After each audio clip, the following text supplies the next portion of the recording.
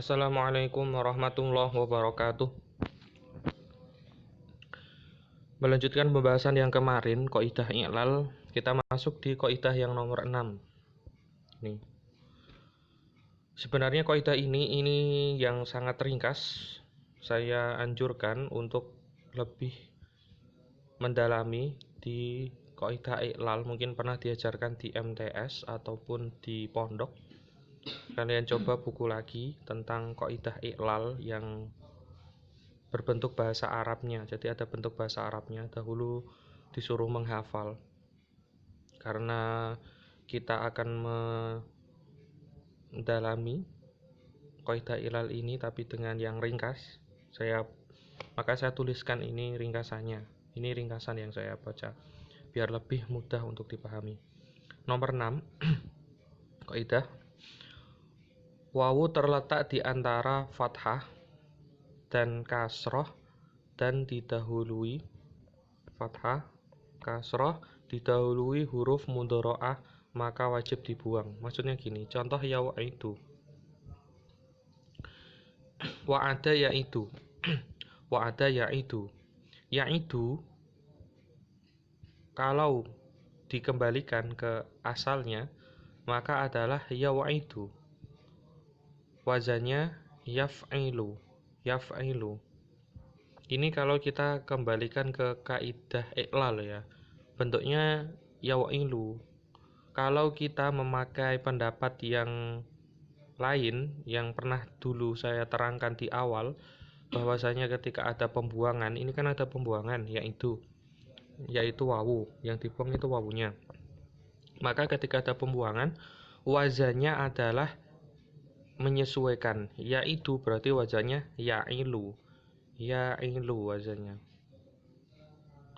Tapi karena kita belajar i'lal sekarang, kita meneliti asal sebuah kata, akarnya, maka kalau ditelusuri ternyata akarnya adalah ya'ilu.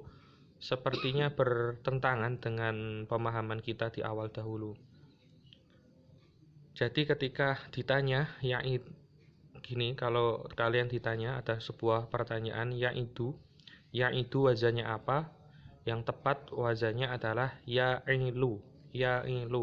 Tapi kalau pertanyaannya ya'idu, kalau masuk ke kaidah i'lal, asalnya apa? Maka jawab asalnya adalah ya'idu. Kalau dibuat kaidah i'lal, ya'idu. Kita masuk di ya'idu. Ya'idu teorinya adalah ketika ada wawunya ini wawu sukun, ada wawu sukun, ada wawu terletak di antara fathahnya di ya itu ya, dan kasroh ai. Jadi ada wawu di antara fathah dan kasroh dan didahului huruf mudhoro'ah. Nah, huruf mudhoro'ahnya di ya itu huruf mudhoro'ah. Huruf mudhoro'ah ada 4. Ana itu alif, ya, nun, terus alif, nun, ya, tak, alif, nun, ya, tak. Itu ada 4. Maka wawunya dibuang. Jadi dibacanya ya itu. Asalnya ada wawunya. Kita lanjut di kaidah nomor 7. Dua huruf yang sama yang terletak dalam satu kalimat maka wajib diidghamkan. Ini salah ya, bukan kalimat tapi kalimah. Ini bahasa Arab, kalian ganti. Ini kata, satu kata gitu aja. Terletak dalam satu kata maka wajib diidghamkan. Contohnya madda. Madda aslinya adalah madada, Ada dua huruf yang sama di situ, yaitu adalah ain dan lam fi'il. Dada itu, dada. Karena ada dua huruf yang sama terletak dalam satu kata, maka diidghamkan menjadi madda. Maksudnya idgham ialah menyatukan dua huruf yang sama menjadi satu huruf yang diberi tasydid. Menyatukan dua huruf yang sama disatukan lalu diberi tasydid, maka menjadi madda. Tuh. Selanjutnya nomor 8. dua hamzah bersamaan dalam satu kalimat kata, dalam satu kata, ganti aja satu kalimah ya, atau kata, dan yang kedua berharokat sukun, maka hamzah yang sukun wajib diganti dengan huruf yang sesuai dengan harokat hamzah yang pertama. Contoh, amana, amana. Amana asalnya adalah amana. Wazannya af'ala. Wazannya af'ala. Af'ala. Teorinya, dua hamzah bersamaan dalam satu kata. Benar ya? Ini ada dua hamzah ini. A kan dua hamzah.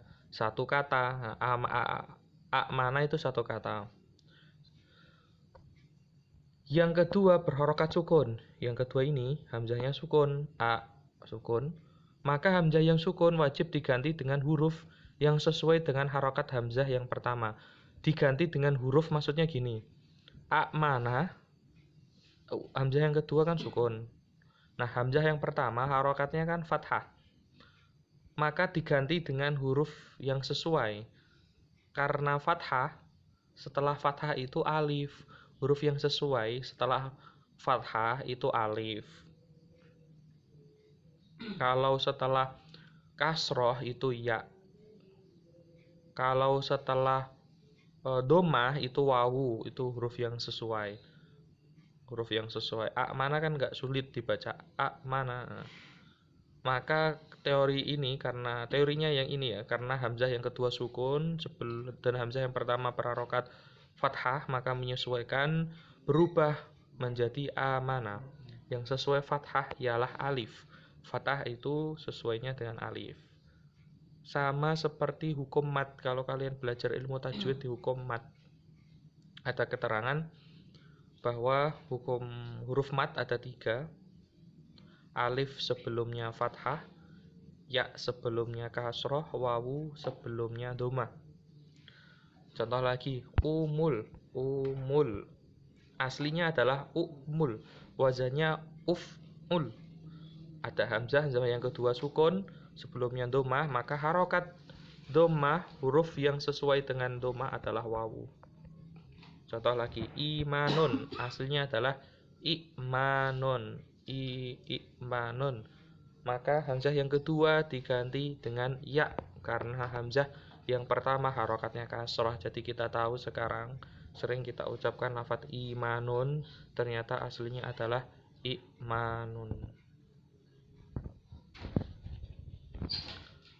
Kaidah nomor 9.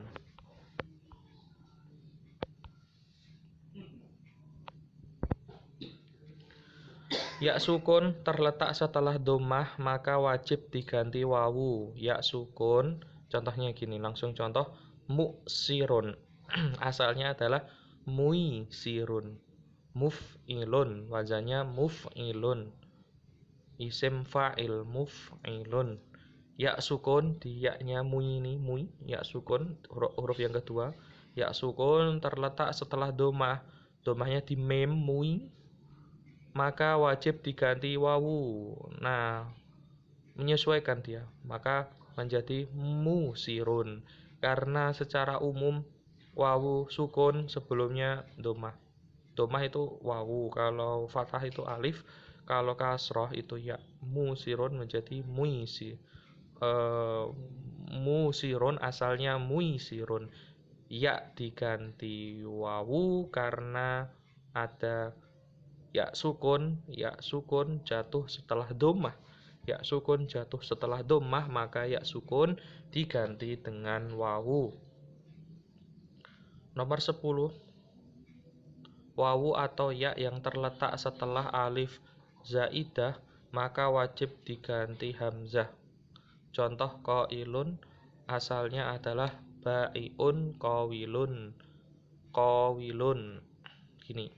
Qailun, orang yang berkata, dari qala, qailun. asalnya adalah fa'ilun. Kan benar ya? Fa'ilun. Ain fi'ilnya kan wawu. Kola itu kan ain fi'ilnya wawu dia. Qawilun. Nah, teorinya wawu atau ya, berarti wawu ini. Wawu ini setelah qawi wi ini ya, yang terletak setelah alif zaidah. Alif zaidahnya adalah sebelum wawu atau setelah qaf. Setelah qaf kan baca panjang tuh qafnya. Qa. Nah, itu alif zaidah itu. Setelah qaf itu alif zaidah ini. Maka wajib diganti hamzah. Nah, maka alifnya ini diganti hamzah menjadi qailun. Wawunya diganti hamzah. Wawunya ini diganti hamzah. Qawilun. Contoh lagi ba'iun, asalnya adalah bayiun. Berasal dari fi'il madhi ba'a, yang asalnya adalah baya'a. Kalau kola kan aslinya koala, kalau ba'a aslinya baya'a.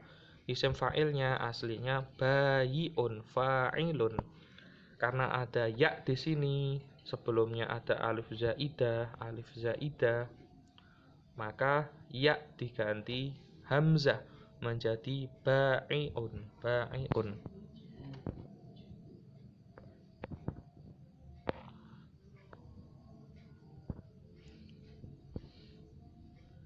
Kita lanjutkan yang nomor 11, wazan ifta'ala. Yang pertama, kalau fa fi'ilnya terdiri dari wawu atau ya, maka wajib diganti tak. Kemudian tak pertama diidghamkan pada yang kedua. Langsung contoh. Ada lafadz ittasaro. Asalnya adalah itasaro. Wazannya ifta'ala. Berarti dapat disimpulkan bahwa fa fi'ilnya adalah ya. Ain fi'ilnya adalah sin. Lam fi'ilnya adalah ro. Yasaro.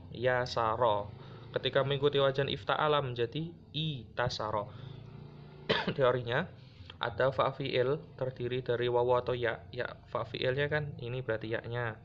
Karena yasaro, aslinya kan yasaro. Terus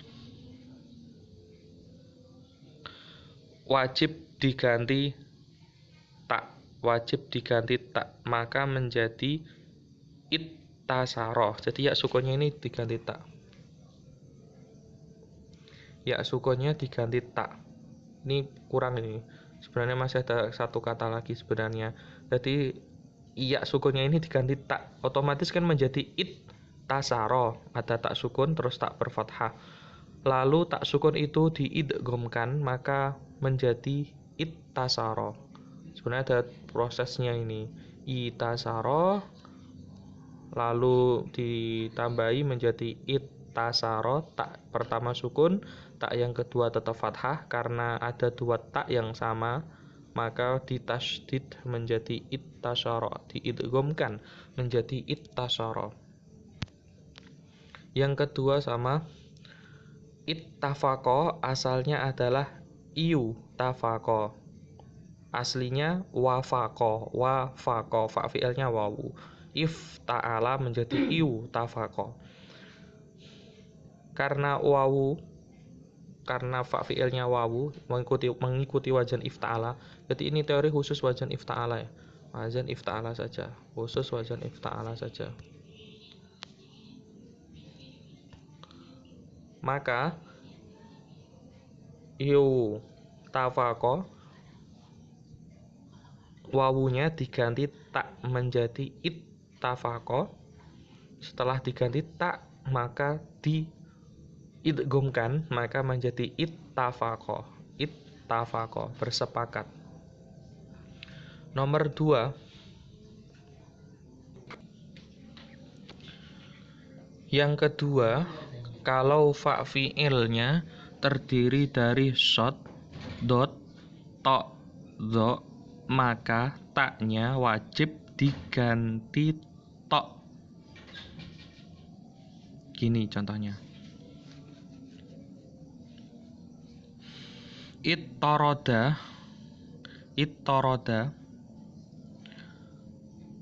Kalau mengikuti wazan diasalkan, maksudnya kembali ke asalnya, wazannya ifta'ala, maka tulisannya itu taroda, itu taroda. Nah, fa fi'ilnya kan to, ain fi'ilnya ro, lam fi'ilnya dal, toroda aslinya, toroda.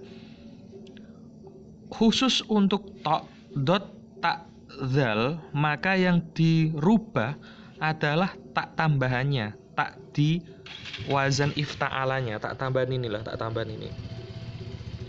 Maka taknya diganti to, taknya diganti to. Jadi diidghamkan maka menjadi ittoroda, ittoroda.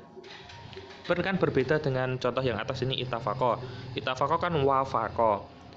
Fa fi'ilnya kan wawu, wawunya yang dirubah menjadi tak, menjadi itafako. Kalau ini kebalikannya, karena khusus ya, tapi khusus yang to, dot, tak, zal. Contohnya ittoroba, yang dot ini dot. Fa fi'ilnya dot, asalnya tak, it, maka diganti to semua menjadi ittoroba. Jadi kalau ditanya ittoroba, fa fi'ilnya apa? Ya dot, ain fi'ilnya ro, lam fi'ilnya ba, doroba. Doroba. Contoh lagi, istolaha. Asalnya istalaha. Karena fa fi'ilnya itu short, maka taknya diganti to menjadi istolaha. Istolaha. Tuh, nomor 3. Kalau fa fi'ilnya terdiri dari dal atau za, maka taknya wajib diganti dal. Nih, ganti dal sekarang. Khusus 3 huruf ini. Contoh izdajaro, asalnya adalah istajaro, ifta'ala. Karena fa fi'ilnya za, aslinya kan berarti zajaro. Za, ain fi'ilnya jim, lam fi'ilnya ro, zajaro. Karena fa fi'ilnya za, maka taknya diganti dal menjadi izdajaro. Yang kedua, iddakaro, aslinya ittakaro. Karena zal, fa fi'ilnya zal, maka dirubah menjadi dal taknya menjadi iddakaro. Iddaro'a sama, karena fa fi'ilnya dal menjadi taknya aslinya ittaro'a, idtaro'a menjadi iddaro'a. Taknya diganti dal, ada 2 dal, berarti ketika ada 2 dal diidghamkan maka menjadi iddaro'a. Terima kasih, semoga dapat dipahami. Assalamualaikum warahmatullahi wabarakatuh.